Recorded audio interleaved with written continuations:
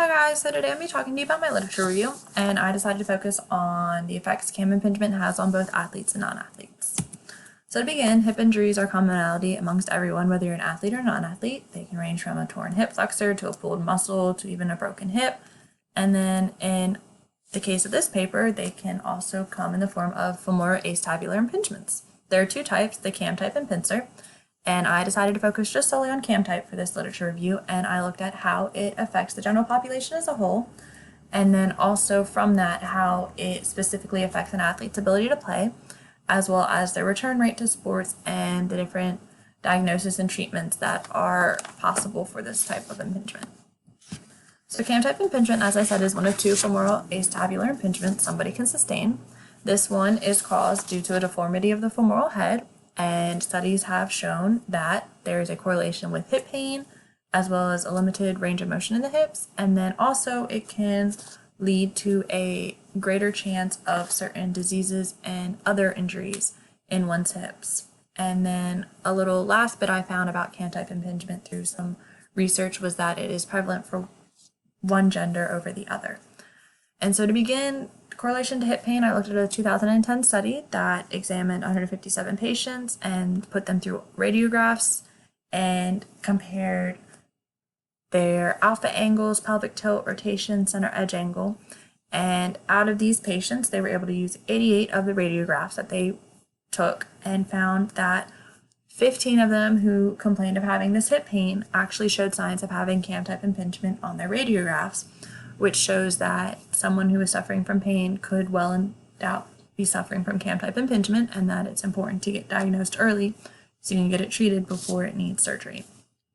As well, through my studies, I found that cam type impingement is correlated to a greater chance of one dislocating their hips, and a study showed how when comparing 53 patients who had sustained a hip dislocation to 44 who had not, those who sustained the hip dislocation showed a higher alpha angle, as well as having an increased retroversion index. And this meant that because they had the higher alpha angle, their hip joint was not properly sitting, which allowed it to be easily dislocated than those who did not have the dislocation and had a lesser alpha angle. So cam type impingement not only causes hip pain, but also increases the likelihood of one to dislocate their hip. And then I also found that cam type impingement can also lead to a progression of osteoarthritis. And for this, a study looked at patients from the beginning, 2 years, and then 5 years, and compared the results to see the progression of osteoarthritis. And it was found that after doing radiographs, those who had an alpha angle over 60 degrees were deemed to have a cam type impingement. And it was found that when those who had an alpha angle greater than 83 degrees, they were at a 25% greater risk of developing end-stage osteoarthritis when compared to those who had a normal alpha angle that was below 60 degrees. And then for those who had one that was 60 degrees and above, so the beginning set of cam type impingement, were at an 11% greater risk. So therefore, having cam type impingement increases not just your hip pain and your likelihood to have a hip dislocation, but also it increases your chances of progressing through osteoarthritis as you get older. And then lastly, just a generalized finding, I looked at two different studies that actually found that cam type impingement is more prevalent in males than females. And it was found that males tended to have a higher alpha angle. In the first study, they looked at about 145 patients who suffered from a various range of hip impingements, both cam type, pincer type, and they compared the data, and from that they found that the average alpha angle of all those who suffered from impingements was 65 degrees, but women had a smaller alpha angle for their impingement than those alpha angles of the men.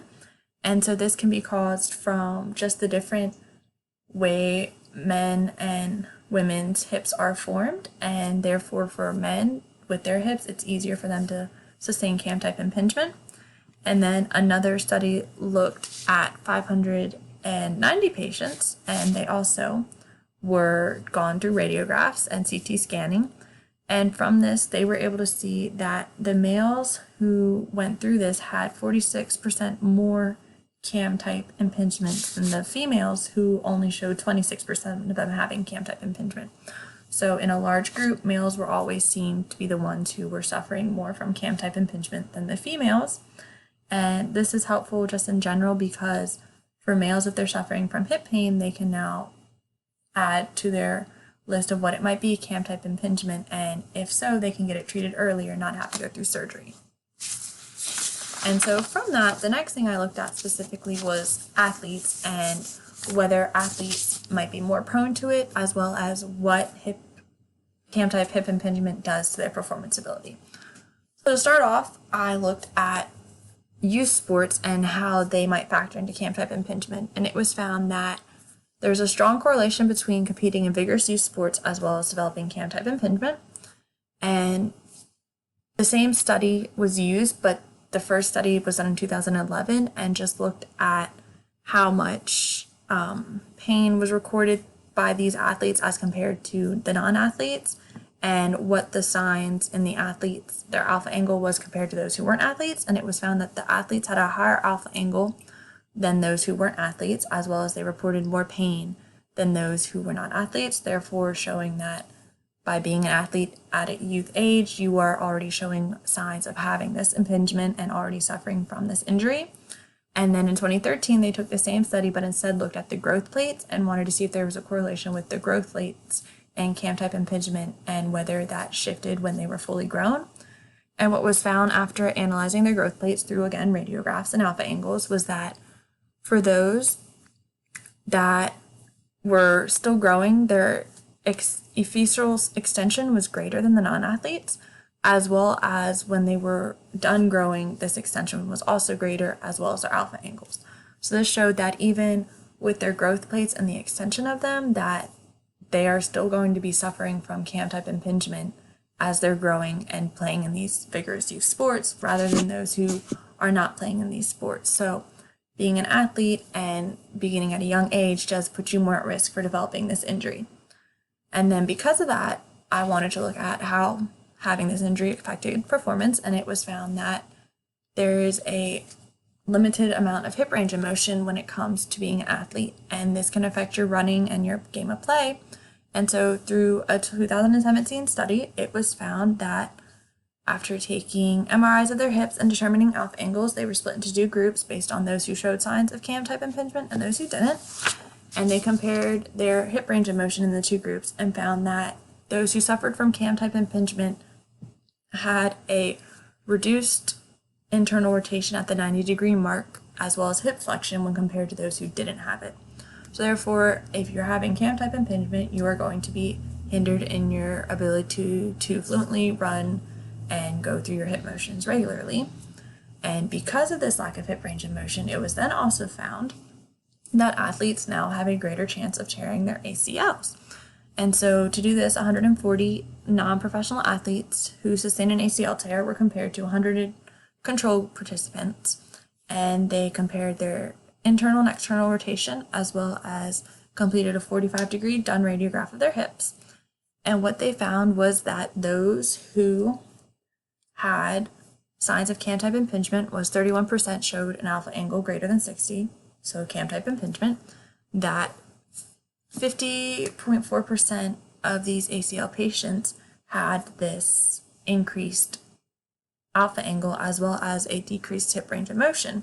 So therefore, by having the decreased hip range of motion and a higher alpha angle, their hips are not functioning as well as they can be, and it's placing more stress on their knee, and their knee cannot support it, hence why they are more likely to tear their ACL. So by having cam-type impingement, athletes are not able to perform at their peak ability, which then leads into the next part of my literature review, which looked at cam-type impingement treatment. And generally, if diagnosed early enough, cam-type impingement can be treated through strengthening and rehabilitation of the hips and the quads. But if it is not diagnosed early enough and progression of pain worsens, the next option is surgery. And for athletes, their biggest concern after surgery is how quickly they can get back on the field. So the first study I looked at was how to best diagnose cam-type impingement to avoid needing surgery and to hit it before it gets to that point.